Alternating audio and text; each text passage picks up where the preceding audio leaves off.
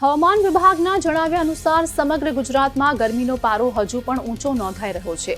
રાજ્યમાં સુરેન્દ્રનગરમાં 44.7 ડિગ્રી મહત્તમ તાપમાન સાથે સૌથી ગરમ શહેર રહ્યું છે।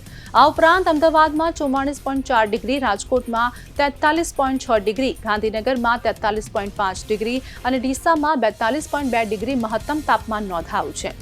અમદાવાદમાં લઘુત્તમ તાપમાન પણ 28.8 ડિગ્રી નોંધાયું છે, જે સામાન્ય કરતાં 0.6 ડિગ્રી વધુ છે। જ્યારે વડોદરામાં રાત્રિનું લઘુત્તમ તાપમાન 30.0 ડિગ્રી જેટલું ઊંચું નોંધાતા અસહ્ય બફારાની સ્થિતિ યથાવત છે। બીજી તરફ ગુરુવારે સાંજના સમયે બનાસકાંઠા અને પાટણ જિલ્લાના વાતાવરણમાં અચાનક પલટો પણ આવ્યો હતો।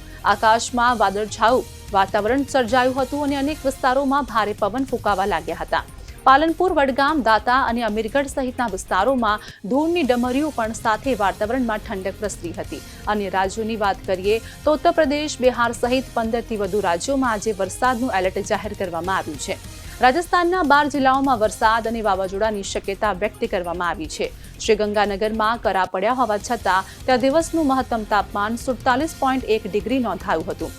ઉત્તર પ્રદેશમાં પણ ભારે પવન અને વરસાદનો સિલસિલો ચાલુ રહ્યો હતો। લખનઉ, પ્રયાગરાજ, ઝાંસી અને ચંદૌલીમાં 100 કિમી પ્રતિ કલાકની ઝડપે પવન સાથે વરસાદ થયો હતો।